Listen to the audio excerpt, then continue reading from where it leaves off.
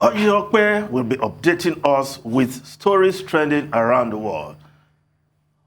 Okpe. Next. Better! You did it right this time around. I didn't have to scold you. Yeah. You're getting there. I'm getting used to it. Very good.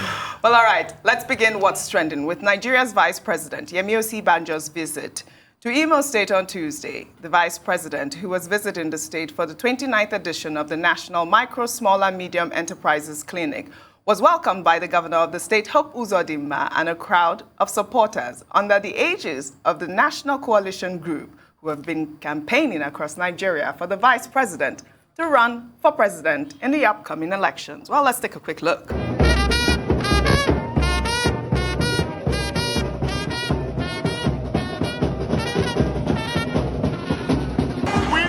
National Coalition Group, and my name is Dr. Nnamdi.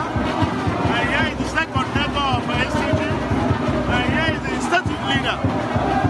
And this is Sam Eke, the National Secretary of SCG. We are all here with our mammoth crowd to welcome our principal, Professor Yemi Osibanjo, to Imo State. We are working for him, we're looking for him to come around presidency of Nigeria. We are begging him, we are seeking him to come and salvage the economy, to come and empower the youths, to come and make the women laugh again. We are doing this because Osibanjo is credible enough, he has an intimidating credential, he is humble, a man of the people. We are not rooting for him because he's a Yoruba man. We're doing what we're doing because he is a Nigerian president. He's the man that can make a Nigerian president, and all the nationalities will be happy for him being president. Look at our flyers, you can see PDP governors are supporting the SCG, Osibanjo, and many other APC governors are behind us, and we are doing this. This is Imo State. We have done this in Lagos, we've done it in Katsina, we've done it in Nasarawa State. Rufai, will you say this is another clever way, Vice President? That's a good and clever way. No, I mean, seriously, this is not the first time I'm seeing these guys going around the country. They were in Lagos, I believe, 2 months ago, doing the same thing. So you know how the politics go in Nigeria. Yeah. When people first push you forward and they say, oh, please run, and they start all these support groups, and they open offices in Abuja, the first thing your media spokesperson do is to write a letter to say that, no, I'm not running, no, I don't know what they are doing, no, I'm not part of it. But the funny thing is those people will not stop. They are still getting funding, God knows how. And finally, the genie comes out of the bottle. So it is all politicking. But only time will tell. And Oji, we're not far away from it. We'll hit 2022. It's going to be a 1 year to election day. First, second quarter, campaigning will start in full swing. Yes. We'll see it all out. He's got a right to run. But most importantly, like Mr. Feni said the last time, the new president that will come in should remember that there are challenges on ground. Absolutely. And most importantly, like Akin Oshitokun said, I think what we should concern ourselves with, how to make the position of the president of Nigeria less attractive. And how do we do it? By restructuring or devolution of power, or whatever balance you call it. Let every area be able to develop at their pace. This idea that everything goes to Abuja, and one person sits in Abuja and calls the shot on national revenue, has always caused problem, will constantly cause problem. A lot of watchers will say, 1963 Constitution. Well, I really like what he said about the Vice President, Mr. Ifeni. Now is the poll between Tinubu and Osibanjo.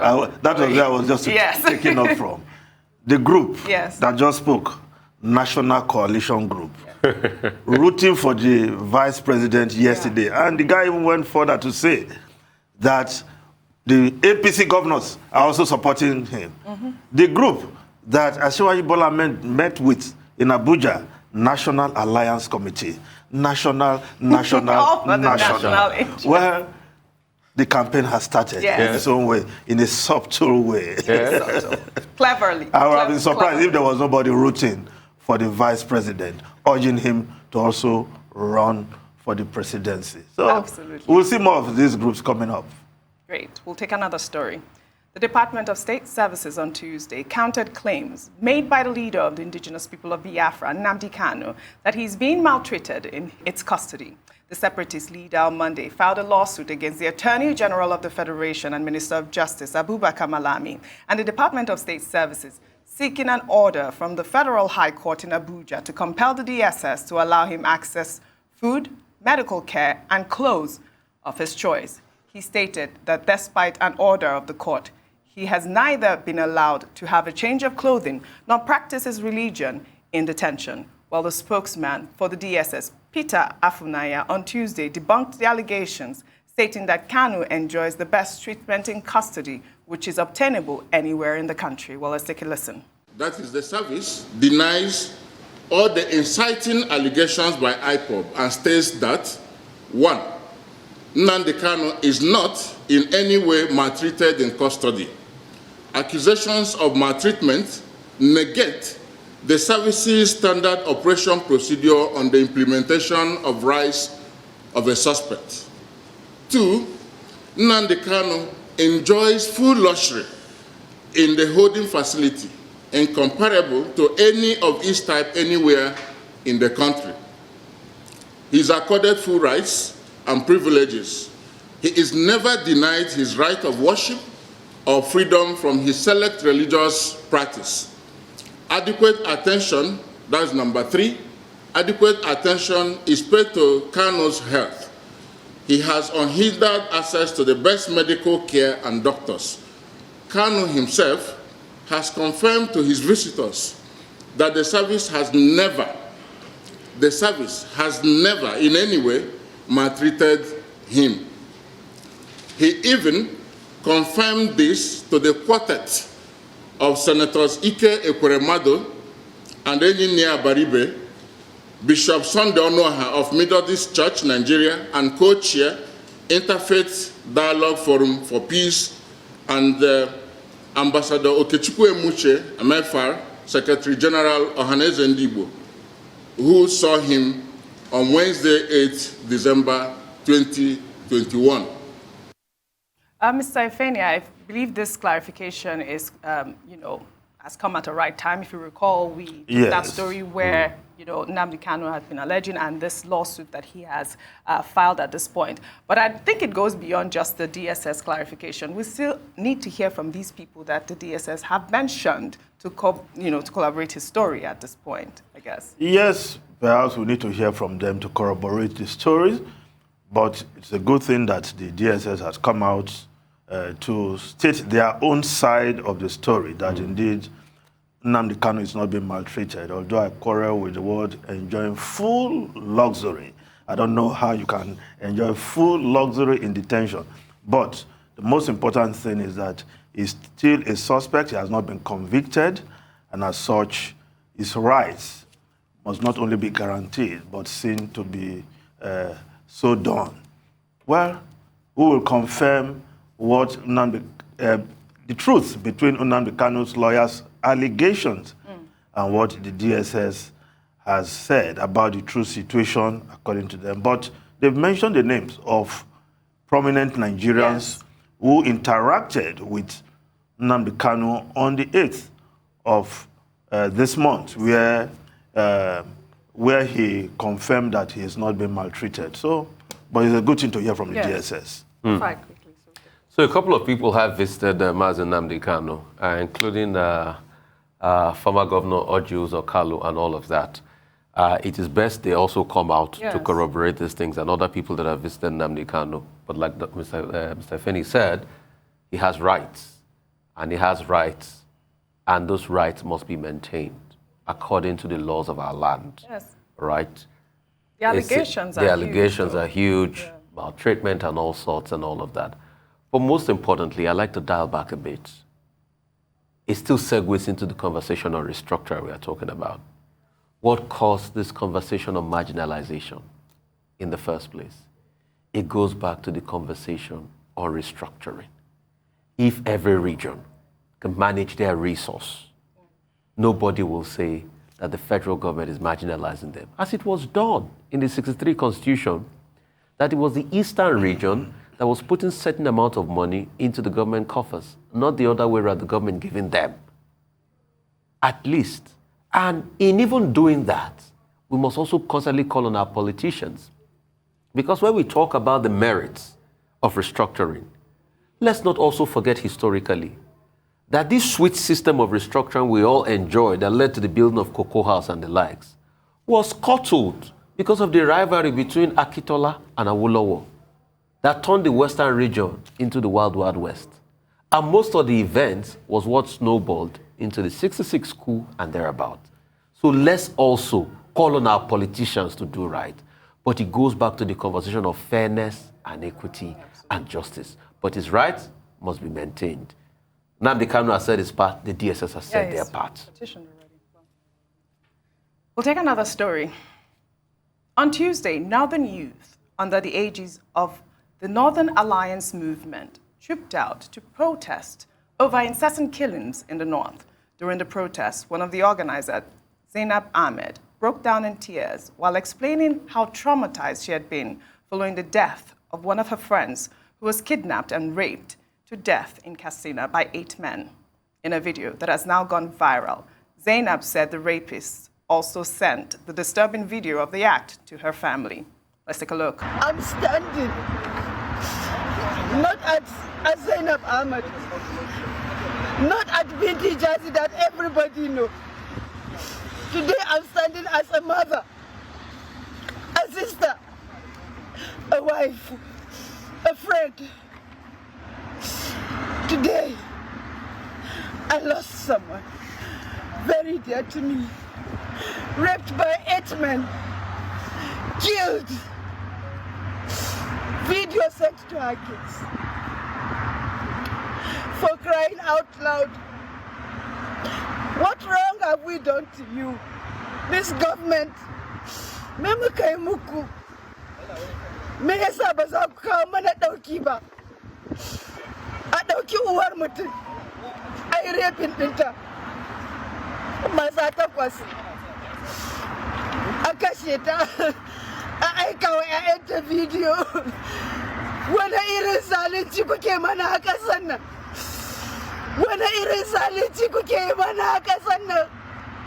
Ya kuke iya kwanciya ku yi bacci da hakokinmu da yake kanku? Kun yi alkawari za ku kawo mana tsaro. Ku bar mu da yunwa da kuka kawo mana ƙasa. Kullum mutuncinmu ake ci.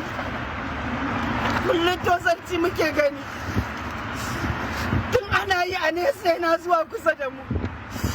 Ya ilahi me kuke so mu yi muku? Laifin me arewa ta yi muku?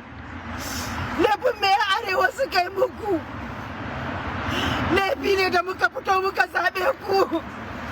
Laifi ne da muka fito muka bi bayan ku. Laifin me muka yi muku? Baba Buhari me muka yi maka? This was so heartbreaking. I mean, we took that story, I believe it was even on Monday, of the woman who was crying when she was raped in Boko Haram captivity. Apparently, this group were protesting over that bus attack that occurred, I believe it was last week, where about 26 people were burnt to death in the bus. And they were protesting against the president's visit to Lagos. Instead of visiting the actual site of the attack that is in Sokoto State, he came in for That's 23 people burned to death by burned to death. That was bandits. The protest. Yeah. Yes, at, I believe this was yesterday. This is so sad, Mr. Ifeanyi. Quite heart-rendering. I just couldn't hold myself watching that lady bemoaning the fate of her friend who was raped by 8 men, killed, and video recorded of the scene. And those people are still walking free somewhere. And of course, the insecurity in the north was what she was also talking about in speaking the Hausa language, which we read the subtitle there.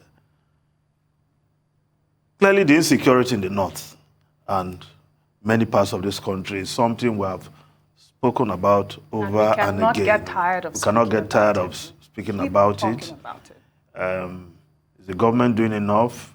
Maybe the government is trying, but the insecurity is still widespread. So perhaps we can say that the efforts are not up to speed yet. Until we have security in every part of the country, people can travel freely without thinking of losing their lives or being taken into kidnappers' den where they will spend days and nights, and many are still in kidnappers' den as we speak. Then the government still have a whole lot of job to do. Because the primary purpose of government is to protect life and property. And if lives are so cut down, as if we are in a state of nature where life is short and brutish, then the government need to sit up. And this has nothing to do with whether you like the president or not. Yes. That is the job he asked for. He asked for that job on 3 occasions. Yes. And eventually was elected. So if we are not secure, and many Nigerians are not secure, the president should not sleep easy also. I cannot imagine what this girl and her and we must add, this is the truth. We must add. You see, there's a difference between sentiment and the truth. We must add that a lot of Nigerians voted in the president because of his military past. Correct. And because they felt that he was going to bring this case of insecurity to an end. Yes. But the question is, how have we fared? Then you look at it and you look at videos like this. He's been doing his part, but he should do more. We should stop this once and for all. Look for solutions. I'm happy National Security Advisor mentioned some of the sponsors of terrorism in this country. Go after those groups. Ensure that you cut the lifeline, cut the supply. Then most importantly, improve the welfare and the livelihood of people in the north. Make crime unattractive for young people. Let there be jobs as across every part of the country. Because not only in the north, in the east too, we forget that crime has taken over. Mondays are gone. Right. You still have sit-at-homes in most parts. No, Oji, one of the recommendations Prince Sunduka Bagbena made was that, look, we should have more funding for the security agencies. Yeah. Absolutely. Because they're making effort, but it's like the effort's not good enough. They need to be properly funded and given the equipment to fight this insecurity in the country. Well said, both of you. Thank you both for your great analysis, and may Zainab's friend's soul continue to rest in peace. That's all I have for you on What's Trending today. I'll see you tomorrow.